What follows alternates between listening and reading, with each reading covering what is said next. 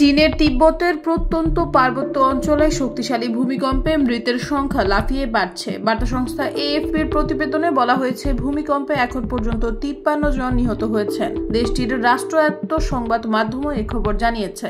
মার্কিন ভূতাত্ত্বিক জরিপ সংস্থার তথ্য অনুসারে আজ মঙ্গলবার বেইজিং এর স্থানীয় সময় সকাল 9টা 5 মিনিটে ভূমিকম্পটি আঘাত হানে, যার মাত্রা ছিল রিক্টার স্কেলে 7.1। তবে চায়না ভূমিকম্প নেটওয়ার্ক সেন্টার অনুসারে 6.8 মাত্রার ভূমিকম্প আঘাত হানে। চীনের প্রত্যন্ত তিব্বত অঞ্চলে এই বিধ্বংসী ভূমিকম্পে অনেক ভবন ধসে পড়েছে বলে রাষ্ট্রীয় মিডিয়া জানিয়েছে।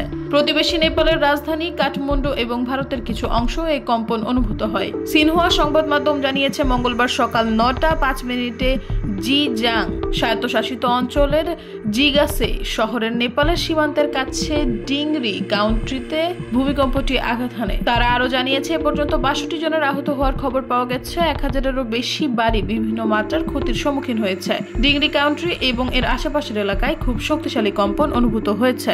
ভূমিকম্পের কাছাকাছি অনেক ভবন ধসে পড়েছে। চীনের রাষ্ট্রীয় সম্প্রচারকারী সিসিটিভির প্রকাশিত ভিডিওতে দেখা গেছে দেয়াল ভেঙে পড়ছে এবং ঘর বাড়িগুলো ধ্বংস হয়ে গেছে। উদ্ধারকর্মীরা ছড়িয়ে ছিটিয়ে থাকা ধ্বংসস্তূপের মধ্য দিয়ে হাঁটছেন। কেউ কেউ স্থানীয়দের গরম রাখার জন্য মোটা কম্বল দিচ্ছেন। সিসিটিভির কিছু ফুটেজে দেখা গেছে ঘটনার সময় মানুষ ভয়ে দৌড়াচ্ছে এবং সবকিছু কাঁপছে।